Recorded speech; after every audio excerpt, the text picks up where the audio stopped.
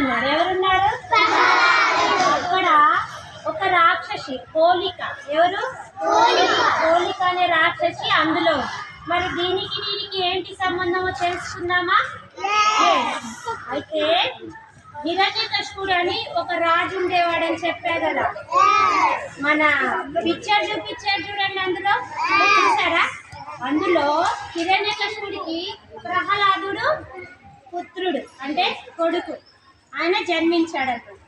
ఈయన వాళ్ళ నాన్న అనేవాడు, దేవుడు అనేవాడు లేడురా, నేనే దేవుణ్ణి, ఓం హిరణ్యకశిపాయ నమః అని అన్నాడు. లేదు నాన్నగారు, నేను గురువుగారి దగ్గర చదువుతున్నాను, ఈ లోకానికి అంతటికి ఒకడున్నాడు, ఆయన పేరు విష్ణు అని అంటున్నాడట. అది వాళ్ళ నాన్నకి ఫుల్గా కోపం వచ్చింది. ఎలా వచ్చింది? అదే ఇంత పెద్ద మనిషిని ఇక్కడ పెట్టుకుని నీకు ఏది కావాలంటే నేను ఇస్తున్నాను కదా, ఎవడో వచ్చేసి విష్ణువు దేవుడు అంటున్నా, అరే వీడిని తీసుకెళ్ళి బావిలో పడేయండి రా అన్నాడు.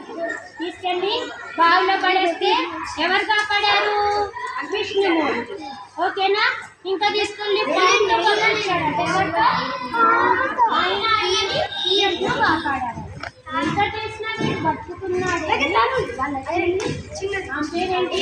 హోలిక. వాళ్ళిద్దరు కుట్ర చేశారు. నువ్వు ఆ భూమిలో దర్శనం కాకుండా దేవుడి దగ్గర నుంచి వరం తెచ్చుకున్నావు కదా, నువ్వు వాడిని తీసుకొని ఒళ్ళో కూర్చోబెట్టుకొని ఆ కట్టెల మీద కూర్చో.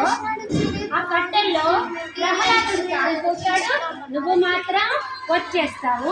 అప్పుడు నాకు ఈ విష్ణుమూర్తి గొడవ పోయింది, వీడి గొడవ పోయింది అని పాపం కొడుకని కూడా చూడలేదు. కొడుకని కూడా తప్పు కదా, కొడుకుని కాల్ చేస్తారు ఎవరైనా. మరి అది భగవంతుడు ఊరుకుంటాడా? ఊరుకోడు కదా. ఏం చేశాడంటే వాళ్ళ చెల్లిని